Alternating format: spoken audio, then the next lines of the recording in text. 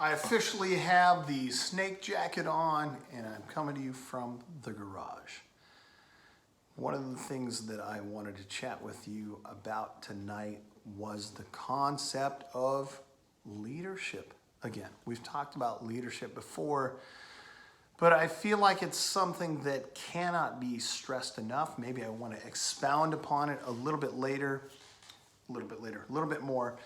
And I just don't think it can be touched on enough. One of the things that I think is a fallacy is that leadership within relationships is privilege. Leadership is the right to demand certain things from other people. And I think that's a fallacy. I think more than anything, leadership is servanthood. Leadership is meeting other people's needs. One of the things that I do think is funny within the concept of a relationship, and we'll share some anecdotal evidence here, is the relationship with my wife and I. A lot of times we'll be in the car and she'll say, I want you to go this way or go this way. Maybe I wouldn't take this route.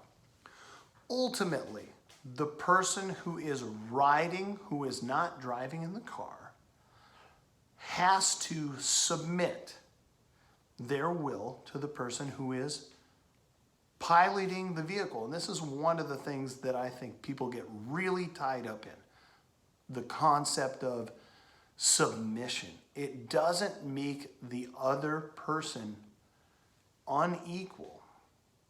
It just acknowledges that the person who is in the driver's seat ultimately makes the decision. If my wife wants me to take 485 or 77, and I choose to take 420,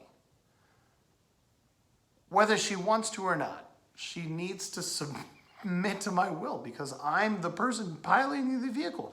In the reverse, the converse of that, if I'm in the passenger seat, she makes a left the way that I don't like, I still have to submit to her will because she is the person that is ultimately piloting the relationship and the vehicle in this scenario.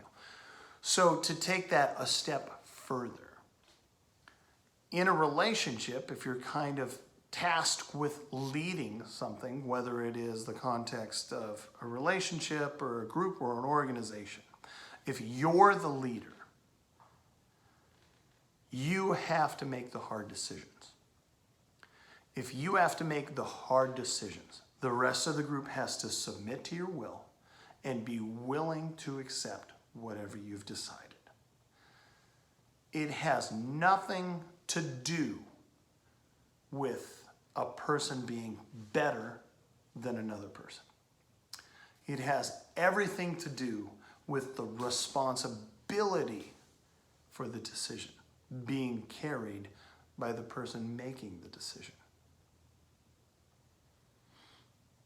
It has everything to do with the responsibility for the decision being with the person who makes that decision. I know that is hard to understand, it's hard to grasp, but there needs to be acknowledged or understood that people who are in positions of power are tasked with the responsibility of meeting the needs of other people. So when I decide upon what restaurant my team goes to, everybody else submits to my authority. They can be angry, they can be upset that we're not going to McDonald's, we're not going to Hardee's, we're not going to Burger King. But if they're willing to accept my leadership and submit to it, what they will find is that their needs are met exclusively on a regular basis. And I am thinking about the best for every person in my organization. So in the same way, with your interpersonal relationships, think about the other person. Have their best interests at mind. If you can explain it that way, the idea of submitting to the will of the other person, it's not that scary because you're just allowing them take care of you. Thanks, guys. Have a great day.